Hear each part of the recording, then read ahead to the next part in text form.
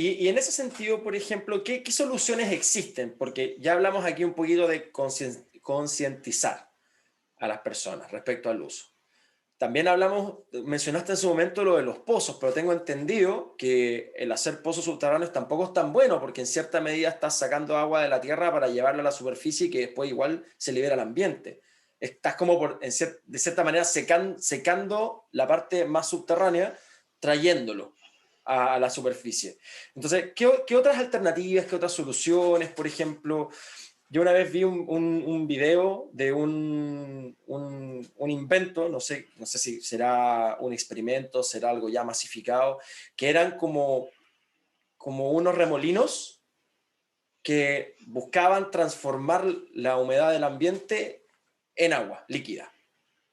Que se usaban, por ejemplo, para llenar las botellas cuando uno andaba en bici, ponte, el viento de mover la bici hacía mover unas como turbinas chiquititas dentro de la botella, de una botella plástica, y la botella se llenaba de agua sola.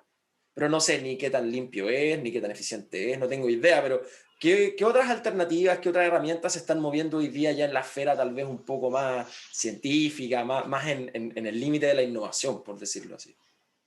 Está buena el comentario. Me gusta harto, ¿sabes por qué? Porque muchas de las cosas que yo hago, ¿ya? Eh, por ejemplo, mi doctorado fue en hidrogeología, es decir, estudiar cosas asociadas al agua subterránea, ¿ya?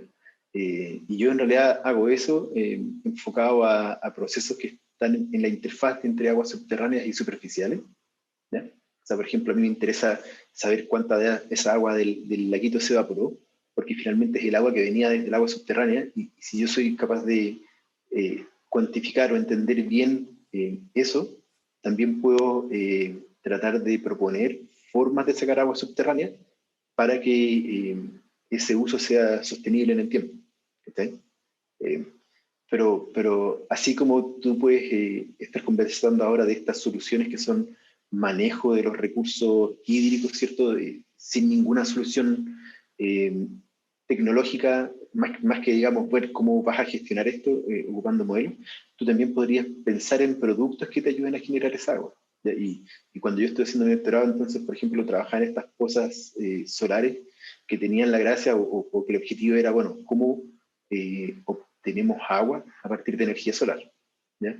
Y ahora último, ahora en marzo, de hecho, probablemente comencemos un proyecto junto con otros profesores de geografía que está enfocado a cómo podemos recuperar agua en plantas solares, cómo podemos recuperar agua atmosférica, ya sea con colectores de niebla o con los mismos paneles solares. Entonces, como que si te fijáis, este objetivo de estas cosas que te cuento, que tú podrías decir, chuta, estás hablando de agua de niebla, pero también estás hablando de agua subterránea, que son cosas súper distintas, tienen como este objetivo común, que es cómo puedo yo encontrar agua en un lugar donde es difícil encontrarla. ¿Ya? En términos de agua atmosférica, muchas veces lo que se hace es tratar de tener algunos colectores que pueden ser básicamente unas mallas, ¿ya? Unas mallas que cuando el aire pasa y el aire tiene mucha humedad, se va condensando el agua ahí, que son los típicos colectores de niebla que generalmente se ponen en la costa, que captan la camanchaca. Pero tú también podrías tener cualquier sistema que genere esta condensación. Por ejemplo, si tú tienes una placa de metal y vas cambiando la temperatura de la placa de metal, puedes hacer que el agua que está en el aire se vaya condensando, entonces tú vas viendo estas gotitas de agua. ¿Sí? Eh, Así que hay distintas tecnologías que permiten ver esto. Hay tecnologías que se llaman tecnologías pasivas y otras que son activas. ¿Ya?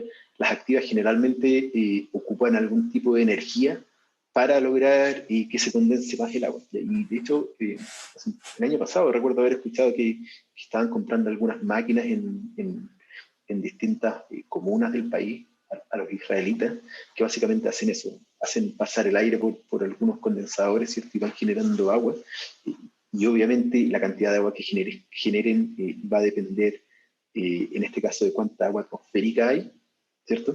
Si está en un lugar muy seco, por ejemplo, en el mismo salar del Huasco, y la cantidad de agua que hay en la atmósfera es poca, pero si tú le vas poniendo harta energía, ¿cierto? Y vas pasando harto aire a través de estos sistemas, finalmente igual vas a generar agua. ¿Pero a qué costo? ¿Sí? Claro, claro, a qué costo. Oye, y por ejemplo, considerando que el agua como molécula es una molécula que uno pensaría relativamente simple. Tengo entendido que el hidrógeno es uno de los elementos más abundantes que tenemos. Por ejemplo, ¿qué tan factible es, o si ya existe o no, crear agua, pero desde el punto de vista de la molécula? Algún tipo de tecnología que tome oxígeno y tome hidrógeno, por ejemplo, y te arme una molécula de agua. ¿Eso existe, no existe? ¿Hay muchas No, limitantes técnicas? no tengo idea si existe o no. Ya, esa pregunta es súper química. ¿Ya? O sea, alguien que estudie química pura probablemente te pueda decir, oye, esta cuestión es factible o no. Lo que sí yo sé que se hace harto es trabajar en estos procesos de separación. ¿Ya? Cuando uno habla de procesos de separación, es básicamente tomar algún fluido, algún líquido, ¿cierto? Y hacer que el agua, que las moléculas de agua, ¿cierto? Se separen de todas las otras cosas que están en este líquido.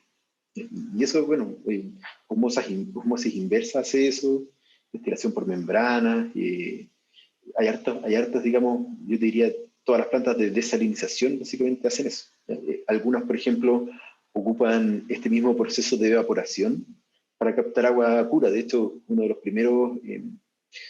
las primeras tecnologías de destilación o de desalinización eh, fue creada por los griegos, si mal no recuerdo, ¿ya? O los romanos en sus barcos. Eh, los gallos lo que hacían era agarraban una jarra, sacaban agua de mar y ponían un tipo de esponja en la parte de arriba del agua y dejaban eso frente al sol. Entonces el sol calentaba esa agua se evaporaba, ¿ya? Se evapora sin las moléculas, sin los sólidos disueltos, los sólidos se van quedando en el reservorio, y el agua entonces que escapa hacia la atmósfera la captaban en estas esponjas, y de ahí entonces con la esponja vas tirando esa agua fresca hacia otro lado.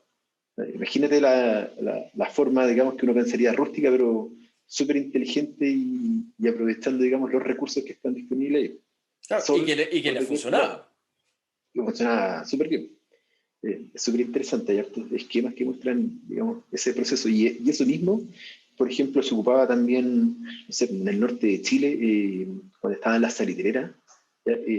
Habían sistemas que, de algún modo, lo que hacían era poner estanques chiquititos de agua. ¿Ya? En el caso del norte, el agua subterránea en esas zonas es un agua que trae muchas sales que están disueltas. Entonces, al poner este fluido en los estanques, podían hacer que el sol evaporara el agua, ¿ya? Y sobre esto entonces ponían vidrios, que básicamente el agua evaporada, tocaba el vidrio, se condensaba y eso después se recuperaba. Y era una de las formas, de hecho fue una de las formas de desalinización de agua también, digamos, bien utilizadas hace ya, yo diría, un poco más de 100 años probablemente.